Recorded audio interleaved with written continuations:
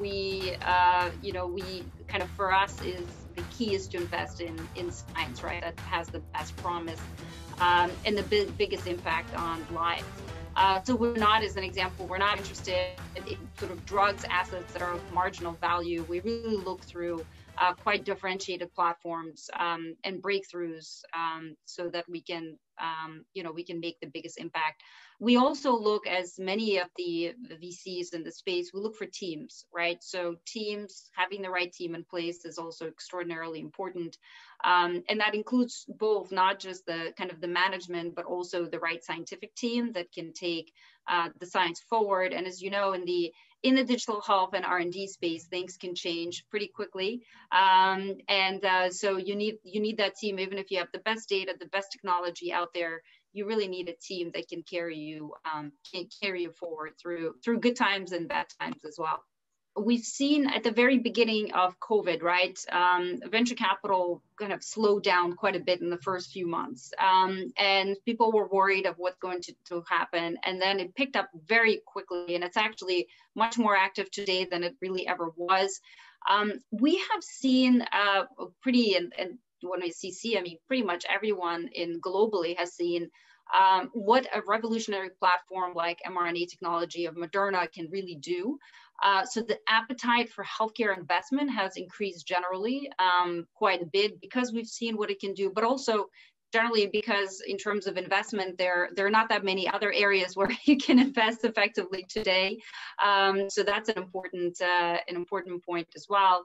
And then another thing is that VCs have actually become much more comfortable with investing in teams and companies that they haven't seen in person.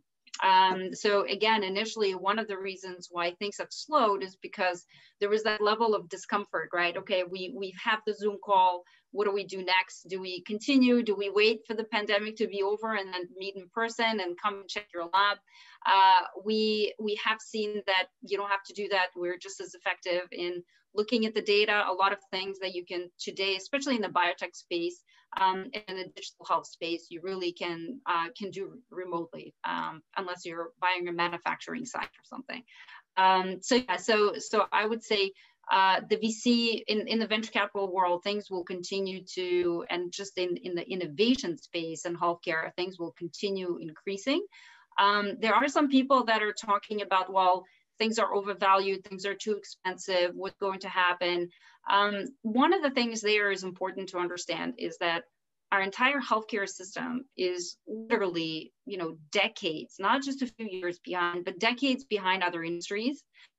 So there's a lot to do, right? And where other industries have embraced digital, have embraced integration of data, have embraced drawing insights and just draw insights for anything they do really with the use of data, we still don't do that, right? We have all the data at our fingertips. Think if you go to a doctor, there's an enormous amount of information on you as a patient, right? You have all the wearables that you're wearing. We have all your what you're buying and what you're eating. We have information on everything in your EMRs, right? Electronic medical records, all of your labs.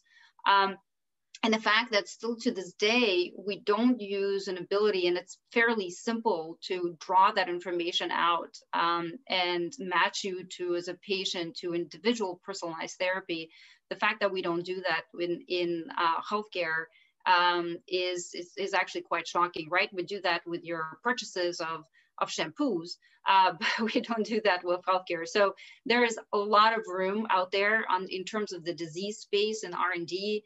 There's still untapped areas, wholly untapped areas in areas such as immunology, CNS, still in cardiometabolic and respiratory. So the innovation will just continue. It will not stop.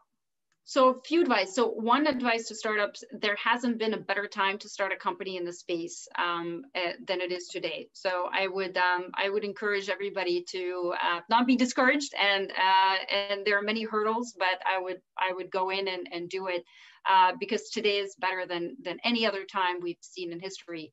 I would say embrace the challenges. I've seen some companies that are saying, well, we don't have to go through that regulatory hurdle, right? We don't need to worry about that IP because we are going X. Let's say we're going direct to consumer, or or they somehow shift their strategy of finding that arbitrage opportunity.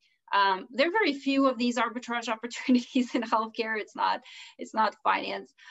So I would say embrace the challenges, take the time to understand the intellectual property landscape, understand that biotech, pharma, and tech have very different approaches, and both are important approaches to IP, including patents, know-how, trade secrets. So understand that landscape and understand where you want to play and what makes the best for you, best sense for you. The regulatory landscape also is important to understand, right? What are the approvals? What are the approvals in the US? What are the approvals in worldwide and Europe and other countries? Data privacy and security, very important. So I would take the time to really understand that, especially in the digital health space. How is that relevant for your business? Again, where do you want to play? How do you want to make your platforms and products? Keeping that in mind. I would also say understanding the reimbursement and go-to-market strategy, right? So just as on the regulatory IP side, many startups are, again, kind of trying to get around and see maybe they have some new thing that they found out that nobody's heard of before. It's the same thing with reimbursement, right? Our reimbursement landscape shifts very, very slowly. The market is today what it is. It's not going to, I've seen some projections of go-to-market of some startups that show that, you know, all of a sudden the whole entire US healthcare system is going to be a value-based healthcare system in 3 years, right? That's not realistic, right? So understanding what is the business model. Again, many of these innovations are incredible, so important to patients, and they need to get out to patients. So it is important to just embrace the business today, think of new innovative business models, but in the context of where healthcare is today and how it is shifting in the future.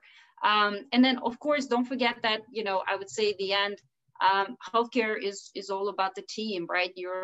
Make sure that you have the best team and also a team that represents the technical side, the clinical side, the regulatory, and the IP side, and to, you know, make sure that you also have the right data that doesn't have bias and really represent the patient population that you're going after. And have fun.